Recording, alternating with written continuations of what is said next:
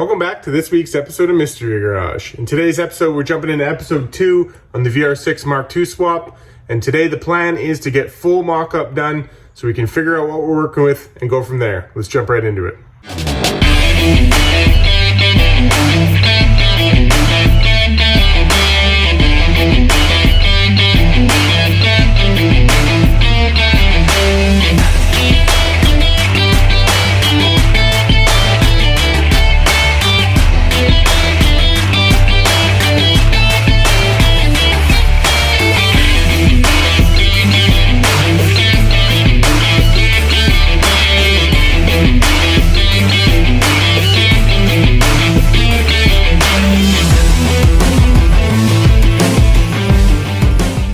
Alright, welcome back to this week's episode. Last week's episode, as you saw, we pulled out the 1.6 liter turbo diesel. We cleaned the engine bay. The engine is since gone, and we're ready to start working on mock-up. The owner of this particular car had collected a whole bunch of parts for this swap. So what we're going to do today is hopefully get the motor mounted in the car and get a look at all the parts he had supplied for me to figure out what we might be missing. Mock-up is a good point to figure out. You got your cooling figured out, you got your fuel lines figured out. All the little details that come with a swap. Sometimes some stuff gets overlooked. So what we're going to do today is do full mock-up, get the engine into the car, bolt everything in, hopefully support the radiator in place, hopefully have the right coolant lines, all that sort of stuff, lay it all out and make sure we have what we need to complete the swap. By the end of this day, I'd like everything to look pretty much put together and have a small list, hopefully, of the parts we still need. So first and foremost, I'm going to go ahead and actually do the shifter swap right now. We're going to pull out the manual shifter linkage as well as the shifter box from the car, which is currently the Mk2 setup. And we're going to go ahead and throw the cabled shift, the O2A Mark III setup into the car. So that's put away and done with. So let's jump into it.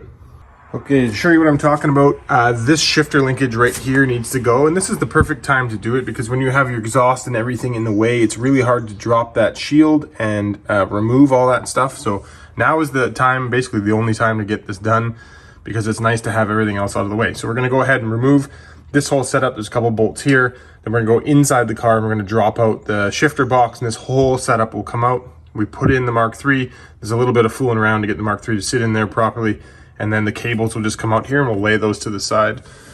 The other thing that's part of this swap that is kind of less exciting, but is important to understand that I need to figure out at some point in time is this current power steering rack is looped. So this is, it's currently a power steering rack, not power steering. So he's asked that I put it back to power steering. So we have some new lines. I gotta kind of lay that out as well. Got the reservoir, which usually sits over in this section over here. So we're gonna get that sorted out. And then basically we're ready to start unbolting the original mounts. We're gonna get rid of the drive shafts for now so they're not in the way. And we're gonna go ahead and mock the engine up, like I said, and throw the engine in. We got a lot of work to do today, so let's jump into it right now.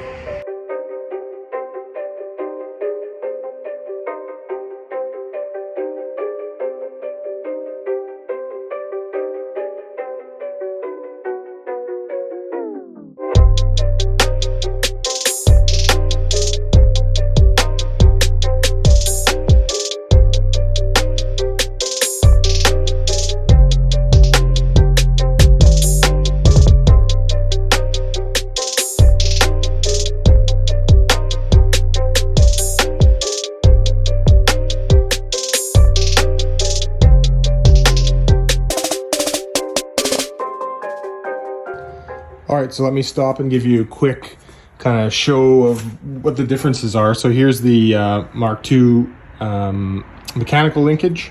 You can see the boxes are sort of similar. This is the Mark III cable shift. And you can see how the box is a little bit longer in the base, different mounting holes. But the complication of mounting it isn't nearly what people think.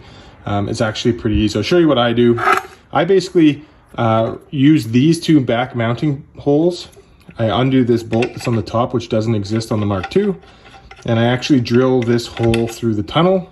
And then I use, like I said, these two, and what I actually do is drill through the support on the bottom that holds these bolts, and I actually riv nut the bottom of it so that way it has a capture nut in it, and then I can just screw this in and out really easily. And then where these side bolts are, it actually just clamps the side of this. So you actually have 5 bolts holding this as opposed to the 4 on that one. and it's actually a pretty firm setup. And let me show you what I mean underneath the car. Now here's the example of what I have underneath the car. You can see here the standard bolt holes. There's 4 of them all the way around. What I actually do is I use the back 2, so I've drilled and riv nutted some capture nuts in these 2. I drill this hole here to allow that bolt to go through, and I put a nut on the top side, and then I use these 2 existing ones to clamp the outer side of the shell down, and it works pretty good. So give me a few minutes to get this done and I'll show you what I mean.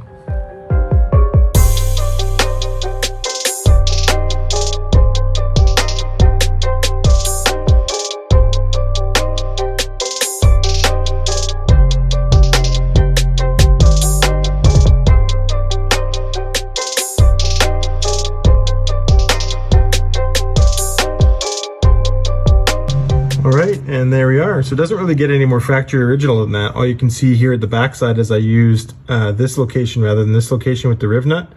And then I've captured the sides of both of these with the original holes. And then the hole up top that sucks down to the firewall, or sorry, the floorboard, I'll show you in just a second. But this couldn't be any stronger. It's probably stronger than original because it can't slide side to side, can't move up and down here, plus the bolt that's up top. And this is a great location kit, and it uses the same bracketry. You don't have to run the cables on the floor. They tuck up real nice behind the tin here. Everything pretty much is like you would see in any kind of factory setup, more or less.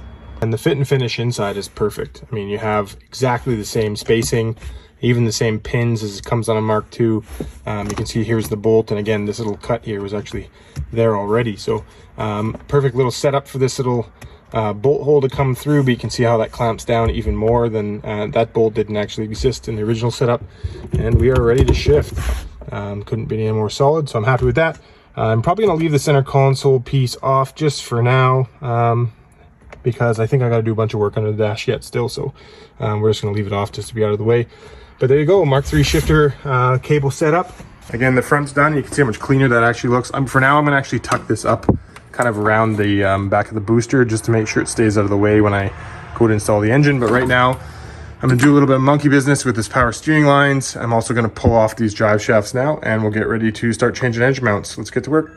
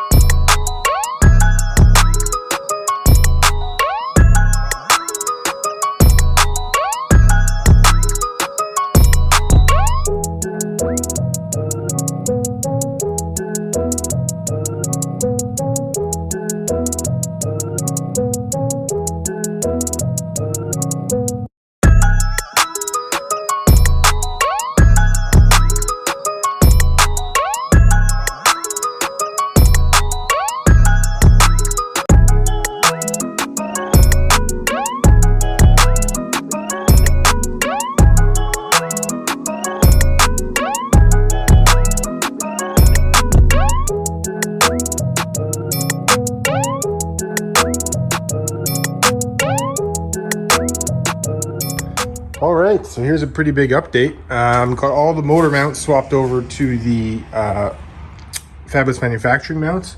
They're actually pretty sweet. Right there, so you go right there, there's adapter to this type of mount, and same old there with here. And these are really a really sweet kit. I like it. Anyway, so power steering, you saw I've put those up into the side. Everything's pretty much ready, so I think it's time for me to more or less wrestle this thing into the bay. I've lowered the car down just temporarily, just to get, so I don't have to lift the motor quite as high.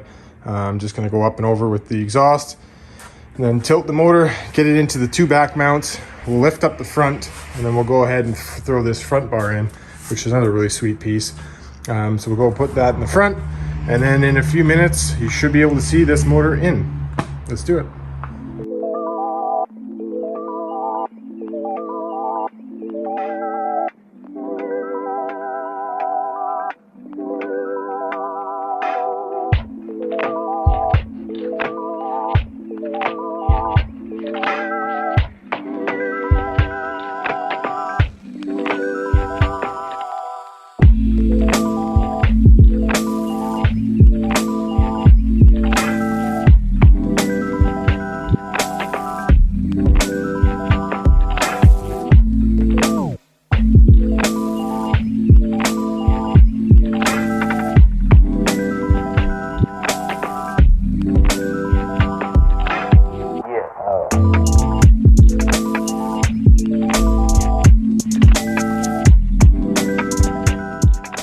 All right, it is hot and I am sweaty, but let's take a look at what I got done. The engine is in.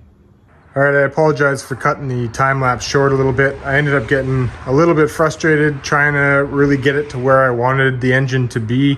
So I had to wrestle with it a little bit, but at the end of the day, motor is in and it is fitting awesome. Very happy with how it turned out. I really like this kit. Like I said, I did have to wrestle with it, but I don't think there's ever a time that you have an engine. I mean, maybe 1 in 10, the engine fits right in perfectly the first time.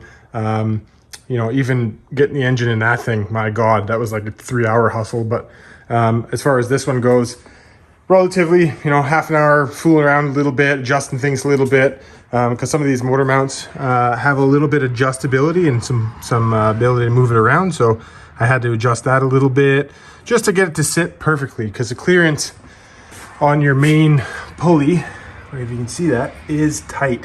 It actually looks tighter than it is, but it's enough to get a belt through there. If you can see right where I'm talking about, right on the main crank pulley where it runs close to the frame leg. Let's see if I can show you that. See, there's a gap there, but it's not too hefty. So you want to kind of get the engine perfectly aligned so that way you got enough space there. All in all, kit worked. Very happy with how it got laid out. I got it back up in the air just because I didn't want it sitting on the wheels too long. Plus I'm working on it up here. Show you underneath real quick. Again, you saw earlier, I put the shroud back in right there. There's tons of clearance for that exhaust. It's looking awesome. Doesn't even come close to rubbing the sway bar either, so that's awesome. Sometimes sway bars get in the way a little bit, but this one's perfect. Really like how this is turning out. So obviously we've got to join that exhaust to that exhaust at some point. Put a flex in there because the exhaust system doesn't have one. We're going to do some axle work. We're going to do a brake upgrade at the same time. So that's going to still happen yet. Like I said earlier on, we plumbed the power steering, so the power steering lines are coming out here. You can see this is supposed to go to the bottle. Bottle will be mounted here. Somebody's hacked this mount, so we've got to put the proper mount for the bottle in there, and then it'll come across with a pipe down to the bottom of the power steering pump, and this line comes across right here and then goes into the pump. So they'll have power steering back, which I'm sure he's super excited about. What else we got going on? Backside, you can see tons of room here. We still need to wire, plumb, fuel. There's still a lot of work to do yet, but this is a huge step and I'm really happy with it. So next up, I'm just gonna set in the radiator just to see what kind of hoses we have, what the layout of the, because usually the expansion tank goes here. So we're gonna kind of figure out what he's got and what I might need still. I do notice down here, we're missing some bolts for the shifter linkage, which should be to this. So I don't know, he's got a bin of parts. I'll have to go through that to see if we have those. So stuff like that. There's a bunch of little things. Throttle cable, I'm not sure I know where that is. So we're gonna have to find a throttle cable. because it's supposed to go from here and then across the motor and then over into the pedal box. But stuff like that, you can, if you forget to grab little things, like if you buy this motor secondhand and you buy, you know, a transmission off a different owner, all that sort of stuff, you got to be able to find all those little things, and that's what we're making sure we have today. And if we have all that, we'll keep powering through this whole swap and we will be done before you know it. But that's about it for right now. I'm going to quickly grab that radiator. We're going to set it in here, make sure he has the most of the coolant lines, and go from there. All right, let's see what we got here. Wiring. Okay. Let's get into this.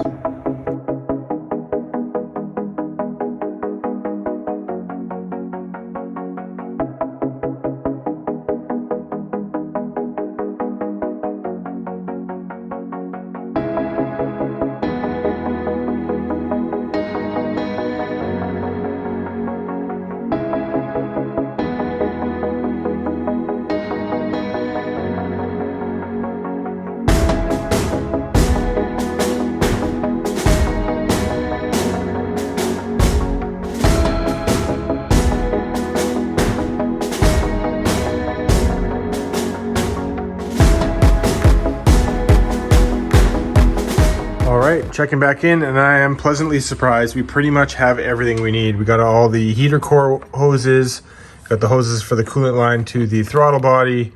Everything for the idle control is all here. It was all in the bin, which is nice. We got the upper and lower rad hoses, you can see there. We have the, I'm actually going to use the original coolant bottle because it uses the original mount. Switching over to the VR6 round pot has a different mount, and that would require me to like drill out the spot welds on here, weld in a new one. Wouldn't be color matched, would also create issues of having to paint the new one, all that kind of stuff. So just keeping the original bottle should be nice. It hooks up just fine. So you got the lower coolant coolant bottle hose. Got the upper one. Everything works out real nice. Flows in there. Rad, fits awesome on this fabulous thing. It has little pins, which I think is fantastic, to be honest with you. Little metal pins that come with the kit. They sit in there, they can't fall out. That's a wicked little setup. What else we got here? That's pretty much all the coolant hoses, so everything's spoken for. We don't have any issues of missing hoses. We also did have the ECU, which I didn't see before, so that's great. Have the throttle cable, that's awesome. Have the shifter linkage bolts, and the bolts are different. They have that little spacer on there, you can see that there. So that's what I wanted to make sure we had, which is key. So that works for the cable shift that's in here. Everything is pretty much here. What we are actually missing is we're missing the vacuum line that goes from here to the booster. So we need to get that. Again, that's why I'm doing this whole mock-up, is to figure out what we're missing. And this hose over here, somebody's botched this thing together. It's broken. This is very common because these things dry out and crack really easily. In my stock, I actually have one from my VR6 that isn't broken and is mint. So I may use that one instead. And that will get rid of all this weird grafting of this gross water hose and stuff that they used, and get rid of that crack and everything. We can just replace this unit here. MAF is here, which is awesome. And this little rig up, I don't know why they put the extension on here. I don't know what's going on with this bracket here. This is obviously what they had in their other, this is from the donor car. I don't know. I'm just going to delete all this and just mount this to this, which is this is the MAF, which I like a lot more. It's what I did on my car. And I built a little bracket that mounted similar to kind of these holes, actually. Maybe I'll use those that just support it to stop it from jiggling around and everything. And that should work out real nice. Rad clearance. Obviously the top pins here will get pulled out a little bit by the core that goes up here that holds that. We do need a oil filler tube. This came this way to me, which is terrible, but it's all there. I just don't want any of that stuff to fall down into the pipe, but somebody smashed it or pinched it. That's the dipstick. We need to get a new dipstick. Other than that, pretty much everything is here. We haven't touched anything for fuel, which, the fuel lines, we're going to need those, but I can just make those out of AN, actually, or AN feed line that go from here down to, are we here? Right here. Return and feed, both right here. So that's pretty easy. Just go up and over, go through here and into the fuel rail. What else we got? Hydraulic clutch. We're gonna have to do that, but the fabless kit is actually inside under the dash, so that's not an issue. What else we got to go over? I still have speedometer cable and stuff from the old O2O box. Got to pull all that out still. Got to pull the old motor harness. It's small, but we've got to pull it out, and then we'll go ahead and deal with this whole mess next week. So that about does it for this week, guys. Thank you very much for watching. I am super sweaty. We got a lot of stuff done. We're all set up and we're all mocked up. And we'll need to do drive shaft, brakes, clutch, fuel, whole bunch of stuff still. So we're not even, I say we're about halfway done this project. So in probably another 2 episodes, we'll have this thing running and driving. Very looking forward to that. Thank you very much for watching. I really do appreciate it. If you don't currently subscribe to the channel, highly recommend that you do to see more content just like this. Till next time, guys, thank you very much. Take care.